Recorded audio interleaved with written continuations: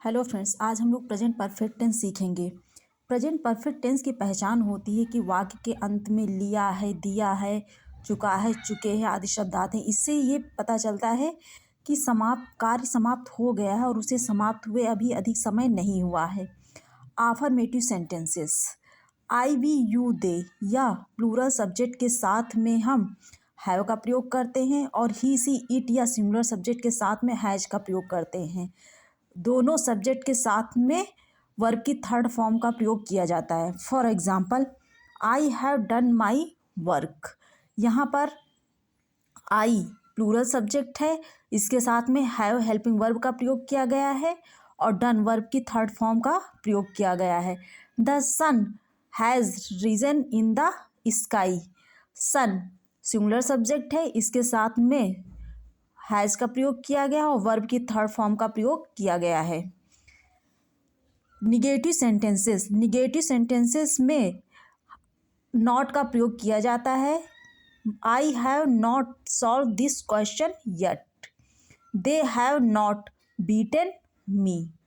Interrogative sentences, interrogative sentences two types होते हैं, first type and second type. First type way sentences होते हैं जो हिंदी में क्या से शुरू होते हैं और इंग्लिश में हेल्पिंग वर्ब से स्टार्ट होते हैं। क्या तुमने यह कार्य कर लिया है? Have you done this work. यहाँ पर हैव का प्रयोग इसलिए किया गया है क्योंकि यू पूरा सब्जेक्ट है, उसके बाद में डन वर्ब की थर्ड फॉर्म का प्रयोग किया गया, फिर ऑब्जेक्ट। रेलगाड़ी स्टेशन पर क्यों नहीं आई है? इंट्रोगेटिव सेकेंड टाइप में क्वेश्चन वर्ड बीच में होता है। ध्यान देने योग्य बात यह है कि जो इंट्रोगेटिव फर्स्ट टाइप हो उसमें क्वेश्चन वर्ड पहले होता है, जो इंट्रोगेटिव सेकेंड टाइप है उसमें क्वेश्चन वर्ड बीच में होता है। यहाँ पर क्वेश्चन वर्ड क्यों बीच में आया है? तो इन प्रकार के सेंटेंसेस को जब हम ट्रांसलेट करते हैं तो सबसे पहले हम उस क्वेश्चन वर्ड की इंग्लिश लिख देते हैं। क्यों को इंग्लिश में वाई कहते हैं, इसलिए हम सबसे पहले लिख देंगे वाई। उसके बाद में हेल्पिंग वर्ब लिख देते हैं, फिर सब्जेक्ट अगर नॉट है तो नॉट लगाएंगे, फिर वर्ब की थर्ड फॉर्म, उसके बाद में object. Why has the train not arrived at the station. यहाँ पर हैज का प्रयोग इसलिए किया गया है क्योंकि द ट्रेन सिंगुलर सब्जेक्ट है। जैसा कि हम लोग पहले ही पढ़ चुके हैं कि सिंगुलर सब्जेक्ट के साथ में हैज़ का प्रयोग किया जाता है। अब यहाँ पर हम इसके वर्ब पैटर्न को समझेंगे कि इसका वर्ब पैटर्न क्या होता है। आफर्मेटिव सेंटेंसेस, आफर्मेटिव सेंटेंसेस को बनाने के लिए सबसे पहले हम सब्जेक्ट लिखते हैं, उसके बाद हैव या हैज का प्रयोग करते हैं सब्जेक्ट के अनुसार। अगर प्लूरल सब्जेक्ट है तो हम हैव का प्रयोग करेंगे और अगर सिंगुलर सब्जेक्ट है तब हम हैज का प्रयोग करेंगे। उसके बाद में वर्ब की थर्ड फॉर्म का प्रयोग करते हैं, फिर हम ऑब्जेक्ट लिखते हैं। For example, Rekha has written a letter.